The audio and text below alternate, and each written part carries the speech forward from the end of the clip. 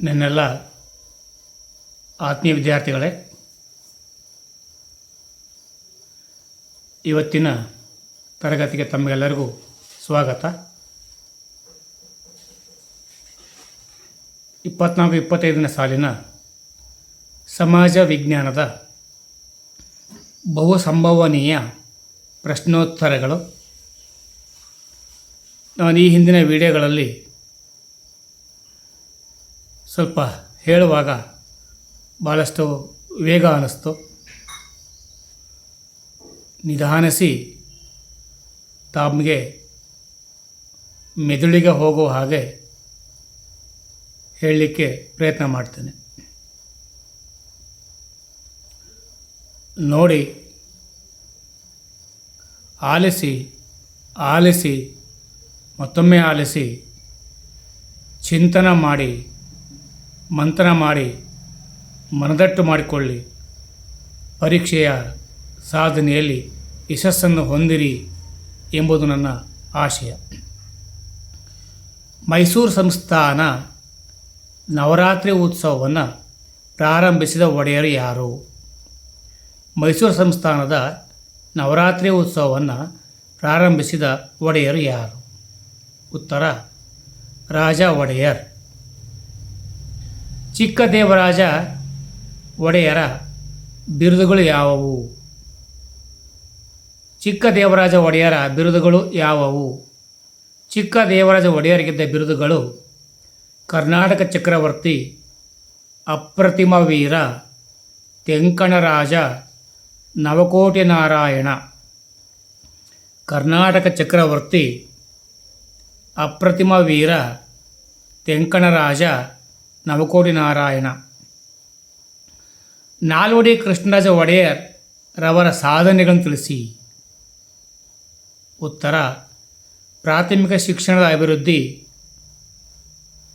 ಪ್ರಾಥಮಿಕ ಶಾಲೆಗಳಲ್ಲಿನ ಶುಲ್ಕ ರದ್ದು, ಹೆಣ್ಣು ಮಕ್ಕಳ ಶಿಕ್ಷಣಕ್ಕೆ ನೆರವು ನೀಡಿದರು, ಮೈಸೂರು ವಿಶ್ವವಿದ್ಯಾನಿಲಯವನ್ನು ಆರಂಭಿಸಿದರು, ಕಾವೇರಿ ನದಿಗೆ ಅಣೆಕಟ್ಟು ಕಟ್ಟಿಸಿದರು, ಅನೇಕ ಕೈಗಾರಿಕೆಗಳನ್ನು ನಿರ್ಮಿಸಿದರು, ನ್ಯಾಯ ವಿಧೇಯಕ ಸಭೆಯನ್ನು ರಚಿಸಿದರು, ಮೈಸೂರು ಮಾದರಿ ರಾಜ್ಯವನ್ನಾಗಿ ಮಾಡಿದರು. ಭಾರತದಲ್ಲಿ ವಿದ್ಯುತ್ ಪಡೆದ ಮೊದಲ ನಗರ ಯಾವುದು? ಭಾರತದಲ್ಲಿ ವಿದ್ಯುತ್ ಪಡೆದ ಮೊದಲ ನಗರ ಬೆಂಗಳೂರು ನಗರ. ಆಧುನಿಕ ಶಿಕ್ಷಣದ ವ್ಯವಸ್ಥೆಗೆ ಯಾವ ವರದಿ ತಳಹದಿಯಾಯಿತು? ಉತ್ತರ: ಲಾರ್ಡ್ ಮೆಕಾಲೆ ವರದಿ ಆಧುನಿಕ ಶಿಕ್ಷಣ ವ್ಯವಸ್ಥೆಗೆ ಮೂಲ ತಳಹದಿಯಾಯಿತು. ವಾರ್ಷಿಕವಾಗಿ ಈಸ್ಟ್ ಇಂಡಿಯಾ ಕಂಪನಿಯಿಂದ ಬ್ರಿಟಿಷ್ ಸರ್ಕಾರ ಪಡೆಯುತ್ತಿದ್ದ ತೆರಿಗೆಯನ್ನು ಅಪರಾಧದ ತೆರಿಗೆ ಎಂದು ಟೀಕಿಸಿದವರು ಯಾರು? Edmund Burk. ಸ್ವತಂತ್ರ ಪ್ರತಿಯೊಬ್ಬ ಮನುಷ್ಯನ ಪ್ರಥಮ ಅವಶ್ಯಕತೆ. ಸ್ವತಂತ್ರ ಪ್ರತಿಯೊಬ್ಬ ಮನುಷ್ಯನ ಪ್ರಥಮ ಅವಶ್ಯಕತೆ ಎಂದು ಪ್ರತಿಪಾದಿಸಿದವರು ಯಾರು?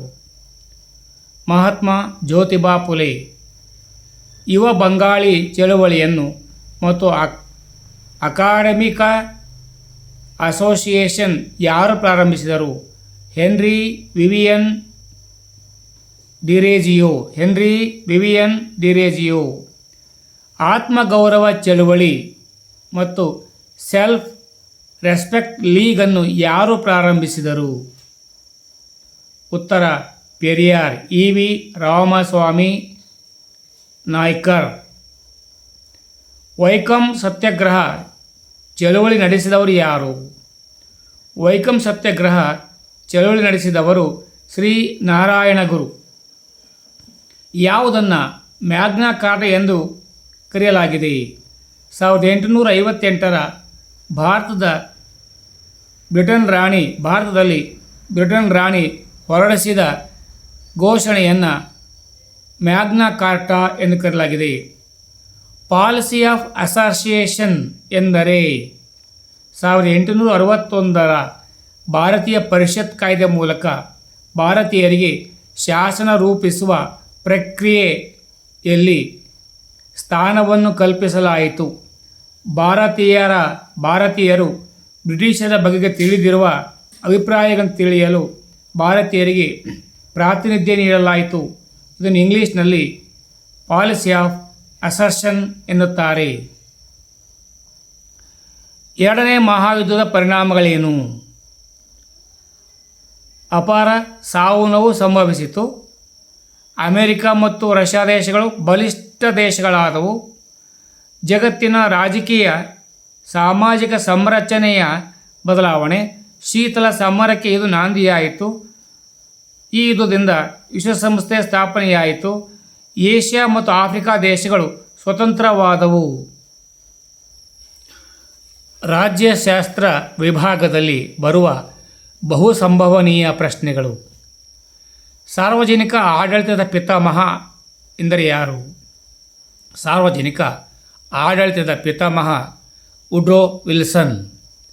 ಸಾರ್ವಜನಿಕ ಆಡಳಿತ ಪದವನ್ನು ಪ್ರಥಮ ಬಾರಿಗೆ ಬಳಸಿದವರು ಅಲೆಕ್ಸಾಂಡರ್ ಹ್ಯಾಮಿಲ್ಟನ್. ಸಾರ್ವಜನಿಕ ಆಡಳಿತ ಪದವನ್ನು ಪ್ರಥಮ ಬಾರಿಗೆ ಬಳಸಿದವರು ಅಲೆಕ್ಸಾಂಡರ್ ಹ್ಯಾಮಿಲ್ಟನ್.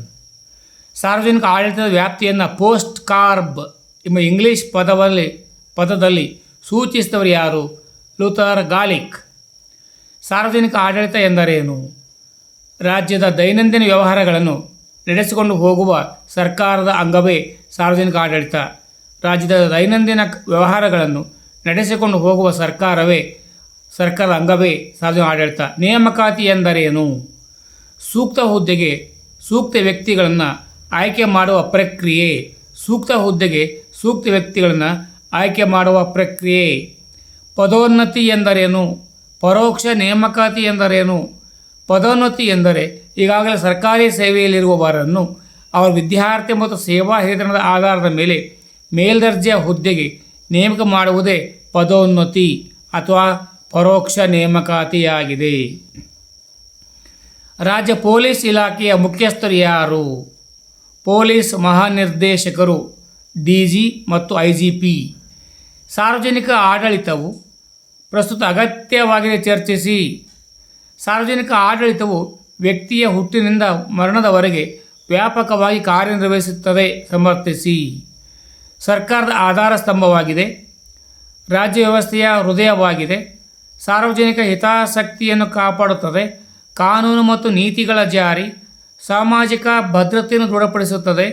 ಶಾಸಕಾಂಗ ಕಾರ್ಯಾಂಗಕ್ಕೂ ಸಹಾಯ ಮಾಡುತ್ತದೆ. ಮಾನವನ ಸರ್ವಾಂಗೀಣ ಅಭಿವೃದ್ಧಿಯಾಗುತ್ತದೆ. ಉಪ ಪ್ರಾದೇಶಿಕವಾದ ಎಂದರೆ ರಾಜ್ಯದೊಳಗಿನ ವಿವಿಧ ಪ್ರದೇಶಗಳಲ್ಲಿನ ಪ್ರಾದೇಶಿಕವಾದವನ್ನು ಉಪ ಪ್ರಾದೇಶಿಕವಾದ ಎಂದು ಕರೆಯುತ್ತಾರೆ.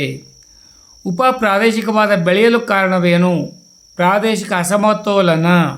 ಉಪ ಪ್ರಾದೇಶಿಕವಾದ ಬೆಳೆಯಲು ಕಾರಣ ಪ್ರಾದೇಶಿಕ ಅಸಮತೋಲನ. ಯಾವ ವರ್ಷ ಮಾಹಿತಿ ಹಕ್ಕು ಜಾರಿಗೆ ಬಂದಿತು? 2005ರಲ್ಲಿ ಮಾಹಿತಿ ಹಕ್ಕು ಜಾರಿಗೆ ಬಂದಿತು. ಲಿಂಗತ್ವ ಅಲ್ಪಸಂಖ್ಯಾತರು ಎಂದರೆ ಯಾರು? ಲಿಂಗತ್ವ ಅಲ್ಪಸಂಖ್ಯಾತರು ಎಂದರೆ ಯಾರು? ದೈಹಿಕವಾಗಿ ಮಾನಸಿಕವಾಗಿ ತಮ್ಮ ಜನನಾಂಗದ ವಿರುದ್ಧ ಭಾವನೆಯುಳ್ಳ ಸಮುದಾಯದ ವ್ಯಕ್ತಿಗಳನ್ನು ಲಿಂಗತ್ವ ಅಲ್ಪಸಂಖ್ಯಾತರು ಎಂದು ಕರೆಯಲಾಗುತ್ತದೆ. ಭಾರತದ ಸರ್ವೋಚ್ಚ ನ್ಯಾಯಾಲಯದ ಮೊದಲ ಮಹಿಳಾ ನ್ಯಾಯಮೂರ್ತಿ ಯಾರು? ಭಾರತದ ಸರ್ವೋಚ್ಚ ನ್ಯಾಯಾಲಯದ ಮೊದಲ ಮಹಿಳಾ ನ್ಯಾಯಮೂರ್ತಿ ಫಾತಿಮಾ ಬೀವಿ. ಲೋಕಸಭೆಯ ಪ್ರಥಮ ಮಹಿಳಾ ಅಧ್ಯಕ್ಷರು ಅಥವಾ ಸಭಾಧ್ಯಕ್ಷರು ಯಾರು? ಮೀರಾ ಕುಮಾರಿ.